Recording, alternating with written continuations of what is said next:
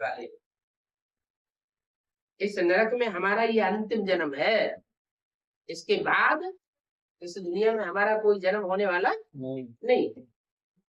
इन आंखों से तुम जो कुछ देखते हो जानते हो ये पुरानी दुनिया है और ये सब पुराने शरीर, इसलिए इनमें हमारा ममत्व तो लगने वाला नहीं है, क्योंकि हमारी तो तीसरे नेत्र में नई दुनिया बसी हुई है।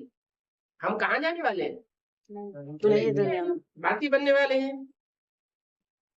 अभी हमको सतयुग की नई दुनिया में नया शरीर लेना है। 5 तत्व भी नए बन जाएंगे। अभी तो इस दुनिया की जो 5 तत्व पृथ्वी जलवायु अग्नि आकाश से जो शरीर बना हुआ है वो पुराना है। नई दुनिया में शरीर भी हमारा कंचन काया 5 तत्वों से सात्विक बनेगा। तो ऐसे ऐसे अंदर में विचार सागर मंथन चलना चाहिए। ये पढ़ाई है, अंत तक तुम्हारी ये पढ़ाई चलेगी। क्या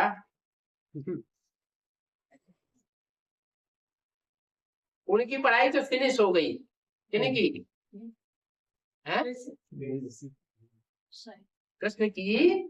और कृष्ण के जो भी फॉलोअर हुए अंतिम जन्म में, दादा लेखराज और दादा लेखराज के जो भी फॉलो करने वाले हैं उनकी तो पढ़ाई फिनिश हो गई। लेकिन तुम्हारी पढ़ाई अंत तक चलती रहेगी। जब तक जीना है तब तक तुम ज्ञान जल पीते। पढ़ाई बंद हुई नहीं। जैसे ही तुम्हारी पढ़ाई बंद हुई तो विनाश हो गया। क्या? तो पढ़ाई चलते रहना अच्छा है या पढ़ाई बंद होना अच्छा है? पढ़ाई चलते रहना क्या अच्छा है? चलते रहना अच्छा है बाबा। पढ़ाई चलती रहे। अच्छा नहीं बाबा, जल्दी जल्दी नई दुनिया जाना है, पढ़ाई खत्म जल्दी जल्दी जल्दी नई दुनिया में जाना है, इसलिए पढ़ाई खत्म होनी चाहिए ताकि बाबा भाग जाए। बाबा को भगाने का। पढ़ाई बंद होगी तो विनाश हो जाएगा। तुमको स्टूडेंट अपने को समझकर ईश्वरीय पढ़ाई की खुशी में रहना चाहिए। क्या खुशी में रहना चाहिए कि हमको भगवान पढ़ाते। उन तथाकथित ब्राह्मणों को भगवान नहीं पढ़ाते। उनको कौन पढ़ाते हैं?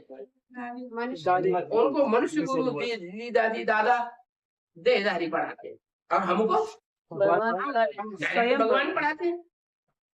ये खुशी कोई कम थोड़ी है, ये तो बहुत ऊंची खुशी है। परंतु ये भी जानते हो कि साथ साथ पढ़ाई के साथ साथ माया हमसे उल्टे काम भी करवा देती है। पढ़ाई तो हम ऊंची पढ़ रहे हैं लेकिन माया भी पीछे लगी हुई है। वो माया क्या करती है? वो माया जो है वो हमसे उल्टे काम करवा देती है। 5-6 वर्ष पवित्र रहते हैं फिर माया गटर में डाल देती है। पढ़ाई तो हम ऊंची पढ़ते हैं, वो ऊंची पढ़ाई का प्रभाव ये होता है 5-6 साल तक भी हम अच्छे से चलते हैं, पवित्र रहते हैं, फिर माया गिरा देती। हम गिरा हूं ये भावना पैदा हो जाती है। एक बार गिरे फिर वो अवस्था नहीं बन पाती।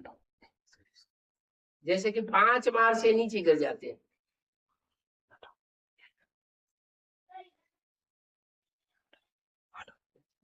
वो गिरने की बात बार बार अंदर को खाती रहती है। ज्ञान में चलने के बाद कोई गिरते हैं तो गिरने की बात बार बार दिल के अंदर आती रहती है। अभी तुम बच्चों को सारी स्मृति रखनी। इस जन्म में जो पाप किए हैं हर एक आत्मा को अपने जीवन का तो पता है। कोई मंद बुद्धि कोई विशाल बुद्धि होते हैं। छोटेपन की सारी बातें याद तो रहती है ना।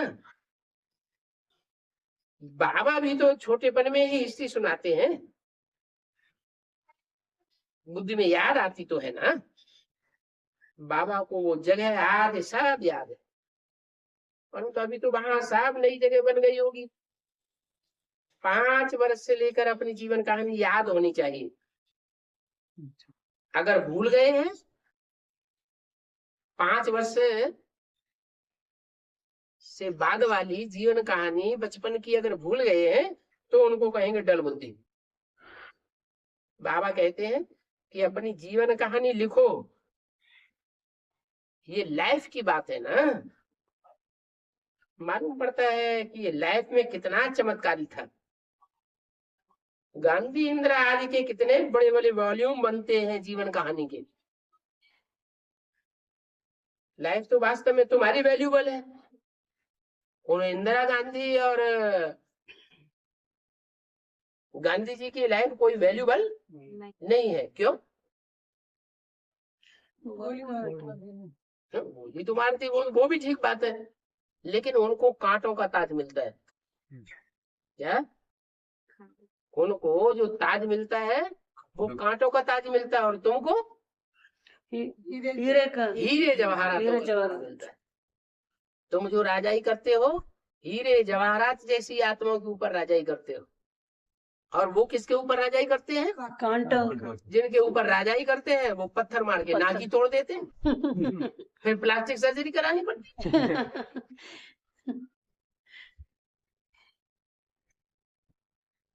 तो लाइफ तो वास्तव में तुम्हारी वैल्यूबल है। तुम लोगों के आगे तो और कितने बड़े बड़े वॉल्यूम बनते हैं। लाइफ तो वास्तव में तुम्हारी वैल्यूबल है। तुम लोगों के आगे कोई की भी लाइफ बर्थ ना टिपेंगे। तुम्हारी नजर में तो कोई लाइफ नहीं है। वंडरफुल लाइफ तुम्हारी ये है। यह है मोस्ट वैल्यूबल लाइफ। अमूल्य जीवन है। क्या अमूल्य जीवन? अमूल्य क्या होता है?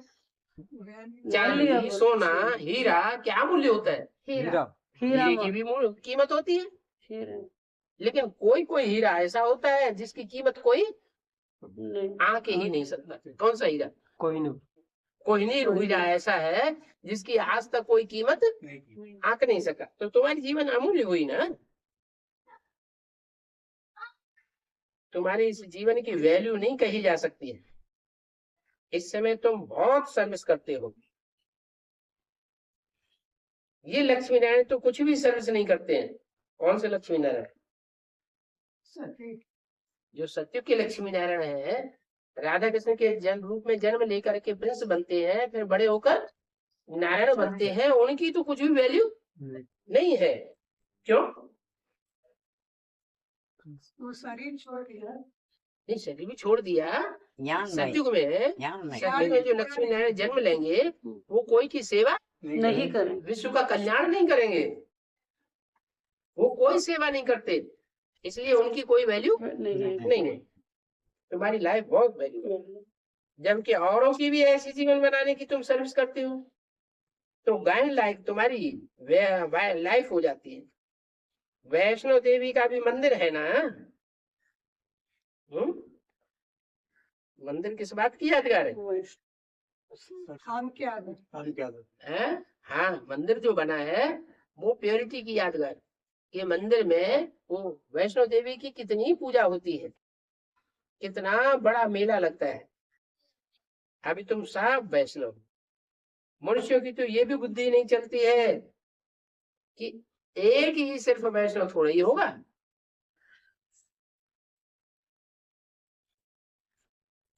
एक ही वैष्णो देवी होगी क्या? एक ही होगी या नंबरवार भुजाएं भी होगी? नंबरवार भुजाएं होगी। 22 मार्च 1967 की वाणी का चौथा पेज। वैष्णव माना कि तुम पवित्र बन गए, विष्णु की औलाद बन गए। विष्णु माना विष्णु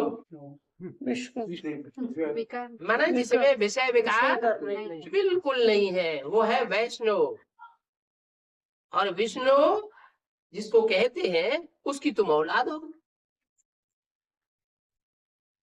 तो जैसे तुम्हारे रचयिता वैसे तुम रचना बन जाते हो। तुम भी पवित्र बनते हो। खान पान भी तुम्हारा वैष्णव है। पहले नंबर विकार में तो तुम वैष्णव हो ना। क्या विकारों की जो बातें हैं, विकारों को ग्रहण करने की जो बातें हैं, उनमें तुम वैष्णव हो। तुम विकारों को ग्रहण नहीं करते। जगदम्बा की ये सब बच्चियां ब्रह्मा कुमार कुमारियां है ना, ब्रह्मा और सरस्वती, बाकी सब है उनकी संतान।